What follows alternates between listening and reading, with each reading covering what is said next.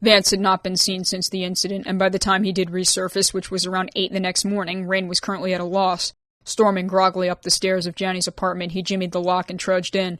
Clothes charred, hair even more of a mess, he sauntered to the sofa, fell face first on top of it, and it was there he remained. "What the hell?" Rain screeched, torn between murder and relief. Setting Vincent down, she punched his arm. "Are you suicidal?" "Ow, hey!" Vance gave her the most perturbed look he could muster for 8 in the morning. "That thing chased me all the way to D.C. It's the military's problem now." "You scared me," she snapped. "Are you hurt? Get up before I kill you myself." "I scared you?" He gave her a look and rolled over. "I just flew a couple 100 miles in order to outrun a fucking spaceship, and I scared you. Go away." "Yeah, you scared me. You left me with Soren, who's awake, by the way, and you didn't even say anything. Are you trying to play the hero? You know what happens to heroes?" "I know what happens to people who don't shut up at 8 in the morning. Vance went to pull a cushion over his head. "You're a jerk. Vin, stay here with your fat head of a brother." Meanwhile, back at the developments, the sun was well on its way into the sky, and Sam had taken residence on a sofa downstairs. Once again human, if one wanted to make that assumption. He was out like a light, with little to no recollection as to how he'd gotten there. Fuming as she stormed into the house, Wren kicked open the door. "Where's Leah?" she asked sharply. Hey, knock it off!" Batting her away, he sat up and adjusted his hat. "I don't know. What the... sofa? This is new. When'd they bring this in here?" "I don't know, but where's Leah?" Panic started to ebb in her reasoning. "Did you hurt her?" Rain asked in terror. "I didn't do anything to her. I brought her home last night and then I came here. I don't know where she's at." "I'm right here, Rain." Leah had come downstairs upon hearing her voice. Apparently she had spent the night. "So what was that ship you were telling me about?" "That thing last night? I don't know. Janny said someone was caught and escaped. Leah said you knew that thing was after you." "Oh man, really?" Sam gave them a look. "I don't want to talk about it, alright? That guy is bad news. If I were you, I'd get the hell out of here and damn fast." "Talk, Sam. We need to know what we're up against." "You brought this thing here?" Leah asked him. Whoa, hold up. I didn't bring nothing here. I got away from that thing and it went after somebody else, okay? Only got 1 day left, and besides, whoever controls it ain't stupid. They're not gonna pull some Independence Day shit in the middle of broad daylight. Actually, now that I think about it, he brought a hand to his chin. "Think about what?" "You only have 1 day?" Leah's attention was now elsewhere. "Halloween, the solstice," Sam said before looking back at Rain. "That thing's been going after people like me. I think it went after Ryan and Soren too. Could be nothing, but it's interesting food for thought. Anyway, I'm here because like I told Leah last night, whoever controls it has some sick-ass tech. It knows how to time travel, yo. Talk about lost in space." "A traveler?" Ren frowned. "Do you know who's in it? Do they ever land? They must need gas, right?" "I don't know who he is, or what for that matter, but he ain't from around here. The whole inside is done up like something out of a Ridley Scott movie. It's weird, man. As far as landing goes, all I ever seen it do is float around. Sometimes it's there, sometimes it's not. It ain't normal and it ain't military. No way." "Guess your vacation's over, Hayne. What a bummer." "You can talk. You got 365 days a year. I got 10. "Are you gonna look like a zombie every time you come for Halloween?" "Leah, come on, dismiss your hormones. I'm asking him questions." "So it's an alien?" "I have no idea what it is. I didn't see it. Only heard it, or something, jabbering away in some strange language. I got stuck on that ship and messed with some of the buttons. That's how I wound up here. And as far as looking like a zombie goes, I'm dead, Leah. I can't help that. If you'd rather, you could wait around for 24 hours and then look like a fucking demon. Is that better?" "You don't have to be an asshole about it," she said tartly. "We should be safe. I don't think it'll find us living in an apartment." "Rain, if that thing wants to find you, it's gonna find you. I'm gone in 24 hours, so unless whatever brought it here is still here, I won't be." "That's all I needed to know. I'm going home to sleep. I'll leave you two to say your goodbyes." "Yeah, whatever." Sam plopped back down. "I don't need to say goodbye to him," Leah muttered. "He's being a cranky brat, and I'm tired as well." While Rain returned home, Soren had managed to recover. His hands had returned to normal, and his wings had disappeared, giving him the appearance of a normal teenage boy, albeit about 3 years older than the last time they'd seen him. "So what is your plan?" Johnny asked. "If it's 2012? Let me think. Actually, it's funny. I would have either been or just left a place called Greenville, New York. There was an incident there that got resolved shortly before the new year." "Oh, really? Tell me about it." "Well, someone I know, a troublemaker, decided he was going to cause some problems at a local school. And he did, a lot of them. I made a mistake in trying to correct those problems, and it caused even more problems. Karma came around for me, though. I got caught up in something I couldn't handle. Everything turned out okay in the end, but it was a lot of pain and agony on my behalf." "I see," she mused. "Are you feeling better? Will your wings heal?" "I'll be alright. Just remind me never to try to outrun that ship again." I didn't realize it had a shield. It has a shield? She frowned. No wonder no one could take it down. Yeah, that's why I got roasted. I can send you off with painkillers. I'm fine. Soren got to his feet. Oh, I don't think I ever caught your name. It is Jenny. The vampire held out a hand. You have done quite a lot, it seems, saving those kids on the beach. I think those kids on the beach saved me. Name's Soren. That is a nice name. Could I give you a ride somewhere? I'd hate for you to walk away unprotected. That's all right. I know what it might look like, but I'm not entirely helpless. I did not think you were, she winked. If you have any troubles, here's my card. Jenny held out an ivory-colored business card with gold lettering that gave her phone number and name. Soren took it and looked it over. Charday. That sounds vaguely familiar. He stuck the card in his pocket. Are you sure we haven't met? Do I look familiar? She grinned. Perhaps I have a twin somewhere unbeknownst to me. I believe you know Rain. Soren suddenly looked as if he were slapped. Wait, wait a minute, but that means Rain is here? She is, Jenny said.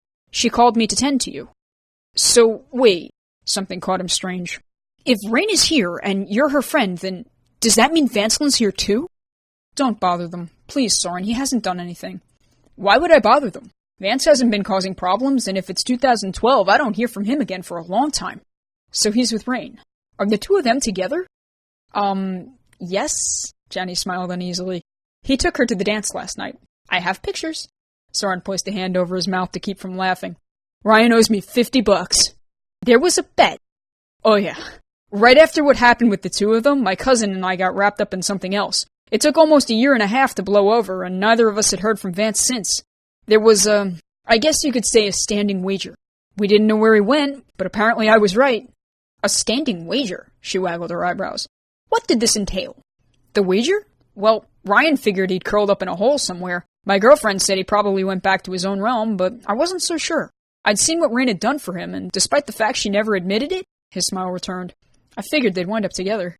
Well, it is in the works. They are both stubborn. I'm still going to make my cousin pay up. Go ahead, she laughed. They're cute together. Sorry, that's hard to imagine. Vance has never been cute. He tries. Soren shook his head, however, when he noticed her attention drift, he motioned toward the door. I guess I should be going. Thanks again, and tell Rain I said hello.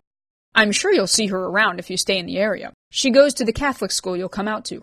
Catholic school? Soren looked back. I never pegged her for being religious. She's not. It was my idea. She needed the reinforcement. Take care of yourself. You too. Soren wandered off while back at the house Vance had given up on any notion of sleep as his brother picked up a sippy cup and cold-cocked him with it. All right. Vinny, stop with the cup. Pulling it away, he set it down on the coffee table and went to find him something to eat. Unaware Rin was awake, he grabbed a Tupperware container of cold chili and placed it in front of the baby. Here, eat. Aren't you going to heat that up? Rin stepped into the room to grab the bowl from his hands. It's called chili. It's better that way. No, it's not. It's unhealthy. Vance was about to respond when Vincent suddenly reached out, took a handful of chili, and introduced it to the front of his suit. Fuck! God damn it, Vincent! Catching him by the wrist, he picked up the bowl and dumped the entire thing onto the child's head. Vance, what are you doing? Rain screamed. He just ruined a $3,000 suit! That doesn't mean you hurt him like that. It's okay, Vin. Your brother's just a monster. Vance, you're being irrational. It's food, Rain. It's not gonna kill him. You don't do that to a kid. What the hell is your problem? It's just a suit. I like my fucking suit, okay? He's gotta learn some respect sooner or later. He's a baby. He doesn't understand. You don't have to be abusive. That's disgusting. Rain pulled off his ruined clothes and wrapped the boy in a towel. I didn't hurt him, did I? And you won't, she said angrily. It's okay, kiddo. Your brother's just being mean. He still loves you. Of course I won't. Vance plopped down on the sofa. Yeah, you'll just spill hot soup on him one day instead.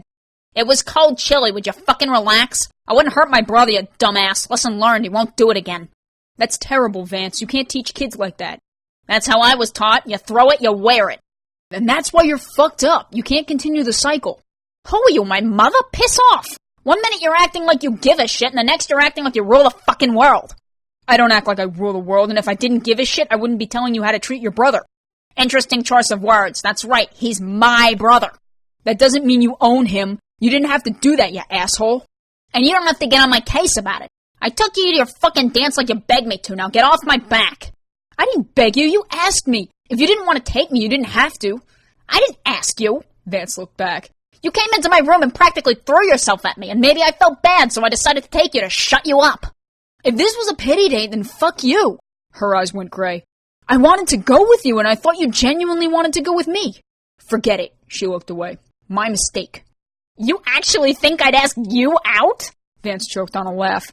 I told Jenny I would go with you if you begged me to, and you did. So I play fair. I lost the bet. Simple as that. Rain didn't understand the tide of new emotions. I didn't beg you at all, you fucking jerk. You were drunk. You don't even remember. What? You actually expect me to believe you Vance stopped when he saw the expression on her face. Watching her both up the stairs, the realization hit him and he was on his feet again before Rain sat down. Following her, he began to bang on the door. Rain, hey, open up. I want to talk to you. Fuck off, she yelled, eyes red with tears. Trying the knob, he pounded the frame. Look, I'm sorry, all right? Is that what you want? I didn't think you were serious. Open the door. I wasn't drunk, she snapped, although Ashley complied. Vance walked in and hung back to find words. Look, after everything, I thought you wanted to go. I didn't realize you really meant it. I had a good time with you last night. I never thought that was possible. I guess... Oh man, I still suck at this. I thought the only reason you invited me to stay here was because of him. He pointed at his brother. I wanted to go, she said angrily. I thought we were going as friends, not because you felt bad for me. I had a good time too, but I wasn't doing it out of pity. I was being nice, just like when I asked you to stay here. Look, nice isn't something I'm really good at, Vance admitted. I'm not sure how to be somebody's friend either. The only person who's ever been my friend was Liz, and that ended in disaster. I'm not her. I never said you were. You know what? Forget it. I'm not good at this stuff. What stuff? Apologizing, he shrugged. Trying to be empathetic. I don't know what I'm supposed to do. You're sitting here crying. Nobody's ever cried to me before. It's always just screaming and yelling and... You've said enough. Ren brushed her tears away. I can't tell you how to feel. You want me to just go? No. He hesitated before taking a seat on the other side of Vinny. Hey. Catching her gaze, he tried to get her to look up at him. I'm sorry. Ren kept her eyes averted. Yeah, me too. Here. Reaching into his pocket, Vance handed her a pack of tissues.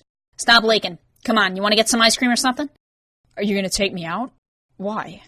Because you're upset and I can feel your emotions, which is really fucking bizarre.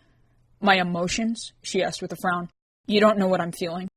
All I gotta do is look at your eyes. I know exactly what you're feeling. I felt it before myself. Ren knew there was a reason she reflexively didn't look at him. I think I get it now. He pursed his lips. The whole pariah mentality. It's kind of creepy. Almost like looking into a mirror instead of somebody else. I never noticed it before. I guess I just never thought to look. Stop. Sorry, just kind of happens. It's fine, she rubbed her face. I just don't want you to see anything. It's not as if I can see your memories, he clarified. It's just a feeling. I don't want you to know how I feel. I accept your apology, but you hurt me. Yeah, I know. His gaze dropped. It was your first Halloween. That's like a Hallmark holiday for people like us. I kind of ruined Greenville, so I figured maybe I could... I don't know. I guess I just wanted to correct that. I'm glad you took me, Ren said gently. I've long since gotten over my first dance being shitty anyway.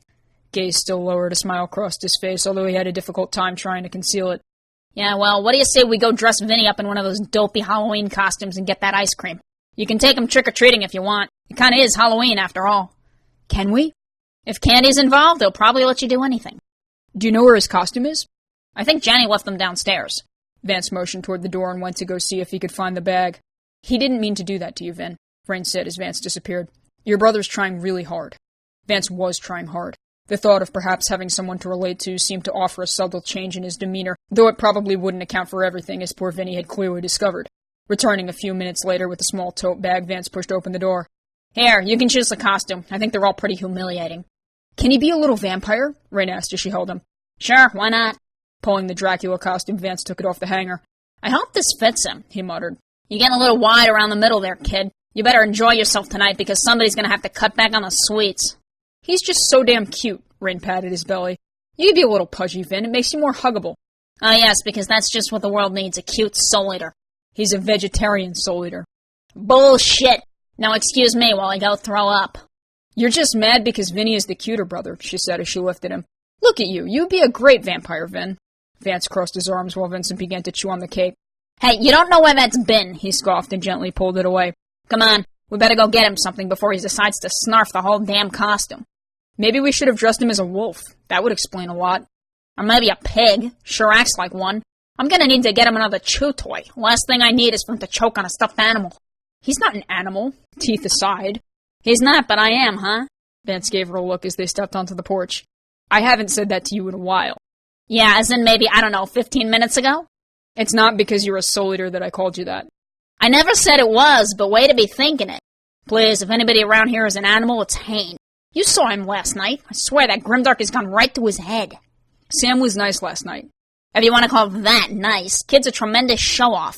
Vance kept the pace and stopped as they came upon the ice cream parlor. I'll get you whatever you want, but don't load him up on more than he needs. He'll pick it out. Rain approached the display. What do you think, Vin? Are you going to have Rocky Road with me? If. Vincent gave a nod while the woman at the counter crooned over his costume. Oh, he's so precious, she laughed, to which Vance rolled his eyes. You don't have to live with him. Rain only offered a smile. 2 Rocky Roads, 1 in a cone, okay? Don't get your costume dirty, Vin, she said before grabbing some napkins. Telling him not to make a mess is like telling someone not to breathe. Rain tucked a napkin under his shirt collar. Don't eat that, she warned. Thankfully, Vincent did not attempt to ingest the napkin and remained focused on his ice cream until he noticed kids in Halloween costumes out the window. Babbling happily as babies tended to, he finished and began to play with the cup. We need to get him a pumpkin bag, Rain said enthusiastically. Sure, but you can carry him. You're the one feeding him sweets. Following them out of the parlor toward the mall, Vance watched his brother begin to stare. He called, pointing toward a couple of kids dressed as vampires. Yeah, I see it, Vin. You blend right in. Rain was overjoyed. Where do you think we should start? I don't know. I've never done this before. You've got more knowledge on the topic than I do. Okay. Let's just hit the suburbs, she suggested. Maybe we should have dressed up, too. You really want to subject yourself to that? Bouncing around in a costume, going door to door for sweet sticks? Maybe that's fun when you're 3, but I think you're a little old for that kind of thing. It's for Vin, she said flatly. Thanks for paying. Yeah. Here you go, kid. Knock yourself out. Handing him the bag, Vincent took it and began to swing it around. Don't knock Rain in the head with it, Vance scolded. Be careful. He has a bad habit of that. Trust me, I know. It's fine, she laughed as she avoided the swing. She had never considered being a parent, but Vinny brought a joy to her that Rain had once thought impossible. Leaving the mall, Vance trudged along, and they marched up the steps of a house alongside several kids. Following them across the lawn, the door opened and a couple with a large bowl stepped out. Oh, how cute, they mused while Rain held up Vinny. Isn't he? Look, Vance, it's his first trick-or-treat. The boy giggled and launched a lollipop into his face, which bounced off his forehead and hit the ground. Yes, adorable. Maybe he's telling you to be sweet. I think it's revenge for the chili. If, Vinny mused. I'm splitting that candy with you, Vin. Rain approached the next house. You better be. A hyper baby is the last thing I need. Forget the walls. He's going to be bouncing off the ceiling. We'll dole it out to him in moderation. Come on, he deserves it. He's a good kid. From your mouth to God's ears. Vincent looked up at him and stuck out his tongue. Hey, you're not supposed to be listening, you brat. He's not a brat. He's going to share the candy, right, kiddo? He shook his head and Vance laughed. Well, he sure has his priorities straight. We have to teach him to share. It's not like he can go to school, Rain. Even I was homeschooled, and that only lasted a little while. Johnny could teach him. She's been a tutor. She knows everything. You think? Tilting his head, he stared at his brother. What do you say, Vin? You want Johnny to teach you stuff? Before the boy had a chance to answer, the squealing sound of rubber against the asphalt stole their attention. Several car horns echoed the streets as a young man in a thick leather jacket raced around the block. Sprinting forward, Sam ran as if the devil himself were after him, and a few seconds later it became clear what actually was. The tires of an obnoxious green ninja bike burned tracks across the pavement as it peeled away from the curb. Slamming a boot to the ground, the rider, dressed from head to toe in biker leathers, leaned on the throttle and tore after him. Vance, it's chasing him. Better him than us, he stammered as he watched the bike pass Sam and skid to a professional halt. Throwing down the kickstand, the rider straightened his posture and began to shake his head while he toted a single gloved finger in a scolding manner. Face concealed beyond that of a neon green bike helmet, he wore a red leather jacket with a grinning cat skull across the back. Sam was not interested in his attire, but more so the enormous silver gun he suddenly pulled from a holster. Take Vincent and go, Rain yelled. We can't let Sam get caught. I have a bad feeling this is out of our league here, Vance stammered as the rider took a direct shot and Sam brought up his arms to shield his face. Shut up and go! Rain threw up her hands and the energy deflected the blast. Rebounding, the bullet went flying and the biker pointed a finger before tearing after them both. Move it, Hayne! What the hell are you doing here? Sam hissed. Trick-or-treating. Can't you just eat this guy? You see that? He pointed toward the sun, which was still barely visible. You got 3 minutes and counting. This shithead has horrible timing. Come on. Taking his arm, she went to leap a waist-high fence. He can't drive through people's backyards. Drawing his gun, the biker aimed another shot, which blew a hole in the fence so wide he was easily able to follow. You were saying? Just eat him! Why don't you eat him? You're the vampire! He's not after you! Get out of here! Sam motioned for her to break away as the rider did just that. Rounding a curb, he vanished down the block. What the... Slowing momentarily, something about the breakaway did not seem right, and a loud noise suddenly ushered from behind as the motorcycle came flying over the side of the median. Having circled the street, it launched itself across the top of a construction ramp and landed directly in front of Rain. Her gun was out in the blink of an eye, pointed straight at the biker's heart. She would have been grinning, but her look quickly soured as she realized she was staring down a barrel herself. The man's expression was unreadable from behind the tinted helmet lens. Reaching forward, he caught the gun in his palm and with a clench of his fist, crushed it to pieces. Tossing the remains, he was about to fire when the last of the sunlight vanished, and Sam along with it. The second the shadows parted, the horrible, drooling fiend launched itself toward the bike. They watched as it flew off the ground and suddenly did something strange. Spinning on their sides, the wheels inverted, causing both hubcaps to spiral open and glow with a radiant energy from within. Still clinging to the handlebars, the rider stared them down, while the tailpipes belched forth a slew of blue flames and the craft began to hover in midair. Drawing his gun, his attention was caught by the sound of a voice. "Hey you! Catch!" Turning in time to see it coming, both the assailant and his bike were sent careening into the front of the Halloween store by a massive ball of white light. Sam took off, and the shadows fled from the young man with a brilliant white blade and a familiar grin on his face. That should keep him busy for a while. Throwing a glance in Rain's direction, Soren offered a hand. "Long time no see. Still getting in over your head?" "Soren!" she exclaimed. "You're joining the party now, too?" "Sure looks that way. Come on, we gotta get out of here. That won't keep him down for long." "What the fuck is his problem?" Rain growled. "Why is he hunting you?" "It's hard to explain." She looked confused as she realized she was now able to regard him at eye level. "What's going on?" "This guy is not from around here, and something he's got on that ship makes it possible to manipulate the portal Dementia. In layman's terms, he's been chasing me through time." "Do you think Canvera sent him? Who's to say he doesn't want to make sure we all end up dead?" "Frankenstein wasn't happy about what you guys did. He's been gunning for us all ever since. For the moment, though, I'm more concerned about figuring out how to get home. Speaking of which, where are you headed?"